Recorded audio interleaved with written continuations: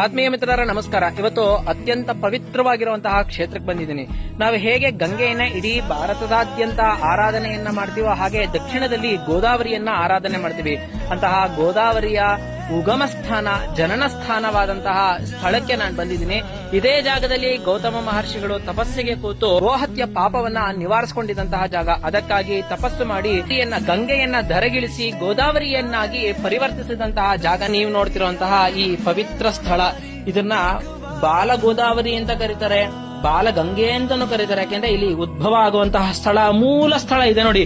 ಇಲ್ಲಿ 3 ಜಾಗದಲ್ಲಿ ನೀರು ಜಿನುಗುತ್ತೆ ನೋಡಿ. ಇಲ್ಲೊಂದು ಕಡೆ ಮತ್ತೆ ಇಲ್ಲೊಂದು ಕಡೆ, ಹಾಗೆ ಈ ಮೂಲೆಯಲ್ಲಿ, ಈ 3 ಭಾಗದಲ್ಲಿ ಉದಯ ಆಗುವಂತಹ ಗೋದಾವರಿ ನದಿ ಇರ್ಬೋದು, ಸೀಸನ್ ಆಗಿರ್ಬೋದು, ಅನ್ಸೀಸನ್ ಆಗಿರ್ಬೋದು, ಮಳೆ ಎಷ್ಟೇ ಜೋರ್ ಬರ್ಲಿ ಕಮ್ಮಿ ಬರ್ಲಿ, ಆದ್ರೆ ಯಾವತ್ತೂ ಈ ನೀರು ಇದಕ್ಕಿಂತ ಮೇಲ್ ಬರೋದು ಇಲ್ಲ, ಇದಕ್ಕಿಂತ ಕಮ್ಮಿನೂ ಆಗಲ್ಲ ಅನ್ನೋದು ಇಲ್ಲಿನ ಪ್ರತೀತಿ ಮತ್ತೆ ಇಲ್ಲಿನ ಕಂಡಂತಹ ಅನೇಕ ಪ್ರತ್ಯಕ್ಷ ದರ್ಶಿಗಳ ಒಂದು ಮಾತು ಕೂಡ.